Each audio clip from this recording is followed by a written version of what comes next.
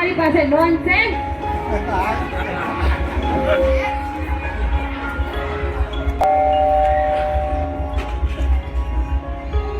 શું થયું?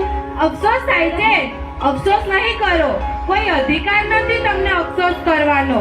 જેને બીજ વાવ્યા જ ન હોય એ પાક ઉગાડવાની અપેક્ષા કઈ રીતે રાખી શકે?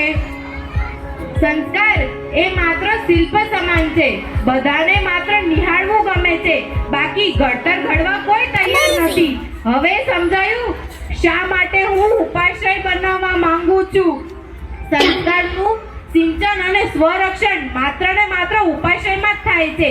આપણા દિવ્ય વિદ્વાન અને મહાન આચાર્ય ભગવંતોના વચનો તમારા સંતાનોના કાને પડ્યા હોત તો એ આવા ના હોત. તેમના સ્વભાવમાં સૌમ્યતા હોત. આવી રીતે ટાઈમ વેડફવાની બદલે એક એક ક્ષણની કિંમત કરત. તેમના સ્વભાવમાં સહન કરવાની શક્તિ હોત.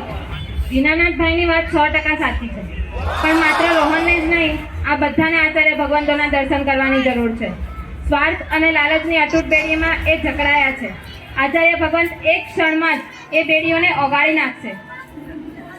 મારા દીકરાઓ, તમને લોકોને અને તમને બધાને બહુ શ્રીમંત બનવું છે, એમાં કશું ખોટું નથી. પણ જળ મૂળમાં જ નબળું હોય તો ડાળીઓને શણગારવાનો શું મતલબ? ઝાડ ગમે ત્યારે ઢળી પડશે. સંસ્કાર એ જ આપણું સાચું જળ મૂળ છે. એને પાણી માત્ર ને માત્ર ઉપાશ્રયમાં